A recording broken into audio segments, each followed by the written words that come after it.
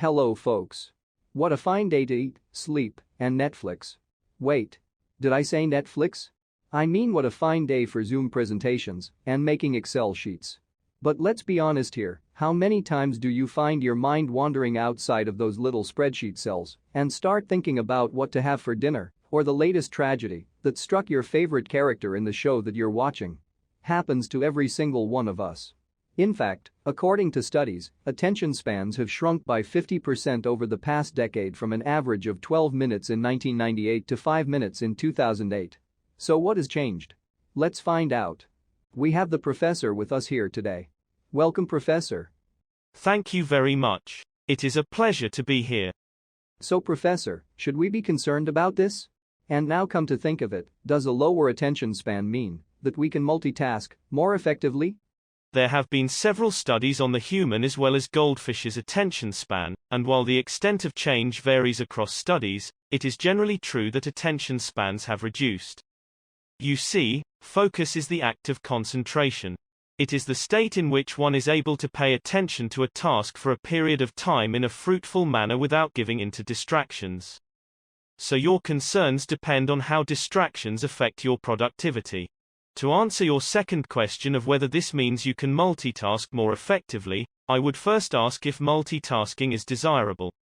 In his book Botti's Rules, entrepreneur Nigel Botterill describes an interesting analogy about focus and deadlines. He draws an analogy between being in business and a race like the Grand National. As a jockey, you would not swap horses in the middle of the race. Great jockeys are focused on the finish line, or the deadline, and with a rugged determination push their horse to win the race. They are in the moment, and nothing can stop them. They never consider changing horses mid-race, and yet business owners, particularly entrepreneurs, often do this. They look for the next new project that they can get involved in, without ever finishing the project that they are currently working on. So perhaps, it is best just to focus on one project at a time. Keep the deadline short so that you can see the finish line, and be motivated to achieve this. For small business owners, there is nothing more demoralizing than looking at that to-do list which simply keeps getting longer and longer because you start new projects without finishing the previous ones. The analogy seems quite fitting, but does it not limit the utility of focus? I mean, not all of us are entrepreneurs. Most of us have more routine jobs, with a long to-do list every day. Let me ask you another question then. Suppose you have to move to Korea or Japan for work, and you need to learn the language before relocating there. Tell me, learning a new language best belongs to which of these sets? Set 1 with reading, writing, science, and math. Or, set 2 with running and playing, eating and sleeping, music, and the arts. I would say set 1. I think that's how we learn languages, by reading, writing, and conversing in it. I would not be so sure. Language learning does not belong solely in a classroom. It must be part of everyday life. When you take language learning as a mental exercise, and limit it to the class, you solely memorize for the test. For most of us, we started learning Hindi as a child, and then English was taught to us, due to which we were asked to speak to each other only in English at school. It is because learning a language involves culture, relationships, physical activities, daily chores, and other nuances.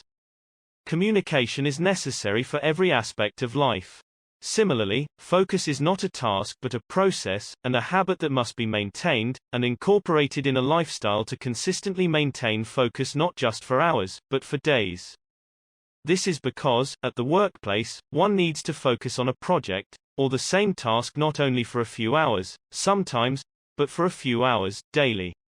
So in attentional science, it has been found that focus and attention belong in the everyday life category. But we tend to think of it as a mental exercise, something to be reserved for the big test, or that complicated project at work. That's an interesting way to think about it. But surely there are other perspectives, other approaches to understand focus. I can't imagine something like focus hasn't attracted a lot of thinkers because, besides everyday life, people demand focus, especially in the workplace. Perhaps that is something we could talk about in the next section? For sure. Focus is an essential attribute that could help one be productive and efficient at the workplace. We shall indeed discuss this in the upcoming section. Hello. I am here to bring you the end of section quizzes. The questions for this particular section are as follows.